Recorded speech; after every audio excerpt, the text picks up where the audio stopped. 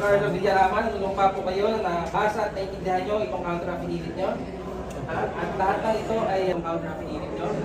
At lahat po ng nakasaan dito is nauunawaan nyo po. At na-explain po sa inyo ng abogado nyo ang lahat ng nakasaan. Nanunumpa po kayo na basa at naiintindihan nyo itong counter affidavit.